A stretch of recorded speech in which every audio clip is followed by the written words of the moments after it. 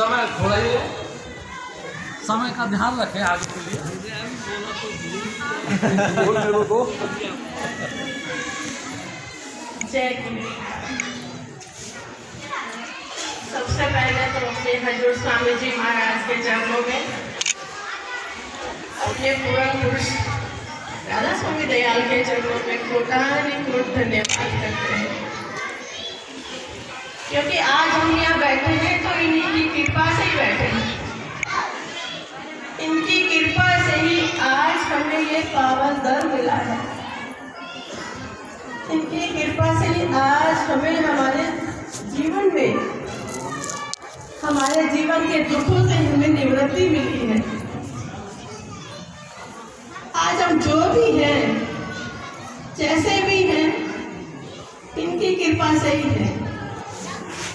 गुरबाणी कहती है ना कि इन्हीं की कृपा से सजे हम हैं, नहीं तो मोटो गरीब करोड़ पड़े। आज इस समय अथाह जन समूह बढ़ रहा है जीवों का, लेकिन क्या सारी स्तर पे तो नहीं है ना। ये तो हमारे भाग जगह हैं, ये हमारी खुशमती है कि हमें ऐसे पूर्ण पुरुष के चरणों में बैठने का सौभाग्य मिला।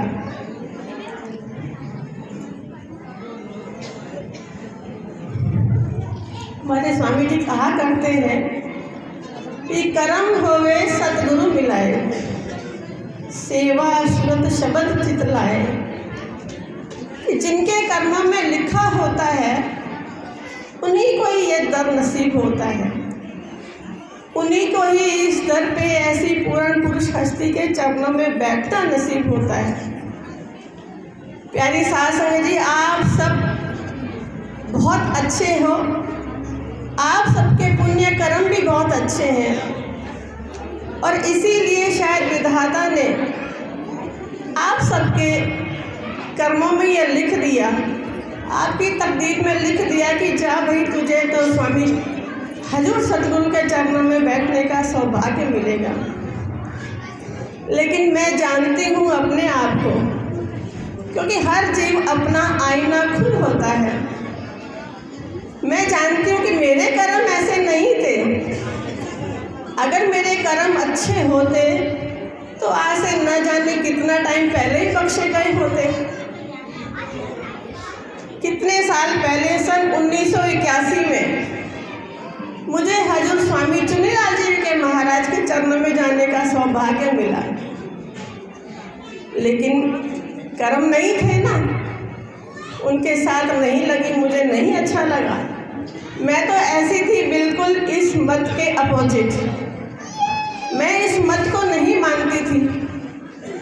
हजूर स्वामी चुनीलाल जी के सत्संग में भी जाने लगी, लेकिन मैं कभी ऊपर नहीं जाती थी। ऊपर सत्संग होता था, हजूर स्वामी चुनीलाल जी महाराज सत्संग करते थे, लेकिन मेरा मन नहीं मानता था, मैं नीचे सीढ़ियों में बैठा करती थी। यही है, ये कर्म नहीं थे, भाग अच्छे नहीं थे मेरे।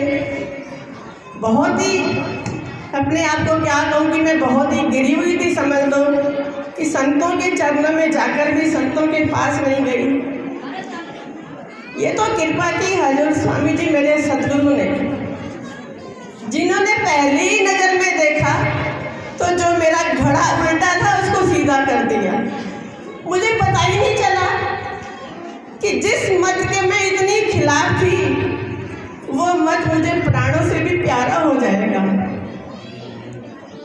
मैं आज यहाँ बैठने के लायक नहीं हूँ, ना थी, क्योंकि मेरे कर्म ही माड़े थे। लेकिन मैं आज बैठी हूँ तो अपने सतगुरु के रहमो करम से हूँ। अगर मैं बख्शी गई हूँ तो मैं अपने हजूर के रहमो करम से बख्शी गई हूँ। मेरे कर्म ऐसे नहीं थे, और सिर्फ मैं ही नहीं, सारी संगत के ऊपर मेरे सतगुरु ने इतनी रहमतें की हैं। जब से हजूर के चरणों में आने का सौभाग्य मिला है, हर पल उनके साथ रहने का भी सौभाग्य मिला। एक एक जीव की बातें सुना करते थे, एक एक जीव के ऊपर इतनी रहमतें मेरे सतगुरु ने की है कि अगर हम लिखने बैठे तो यहाँ पर जितने भी सत्संगी भाई बैठे हैं ना, उतने ही ग्रंथ बन जाए। एक एक जीव अपने आप में मेरे गुरु के रहमतों का ग्रंथ बन चुका है। इतनी रहमतें सतगुरु के मुतलक तो हम क्या कहें। महापुरुषों ने भी ग्रंथों पे ग्रंथ रच डाले, कुरान पता नहीं क्या क्या रच डाले, लेकिन आखिर में भी उन्होंने यही लिखा, नेति नेति, यानी कि ना इति, कि ये अभी कुछ भी नहीं है। सतगुरु की महिमा तो इससे कहीं और ऊंची है। हम क्या कहें, हमारे पास तो शब्द ही नहीं है। इतनी बड़ी बख्शिशें हुई हमारे ऊपर, इतनी अपार कृपा हुई, और ये कृपा का ही रिजल्ट है कि आज ये दरबार सजा हुआ है। माताजी महाराज के ज़माने में एक सत्संगी ने शब्द सुनाया था कि कृपा की न होती जो आदत तुम्हारी, तो सुनी ही रहती है अदालत तुम्हारी। ये मेरे सतगुरु की कृपा ही है कि आज हम सब इस घर पे बैठे हैं। अभी कुछ दिन पहले मैं गुरु ग्रंथ साहब पढ़ रही थी। वैसे तो पूरा ग्रंथ ही गुरु की महिमा में है, इसका नाम ही गुरु ग्रंथ साहब है, उसमें तो पूर्ण गुरु की महिमा ही है, कहीं से भी पढ़ लो। लेकिन उसमें मुझे 4 लाइनें बहुत अच्छी लगी, वो आपके सामने रखती हूँ।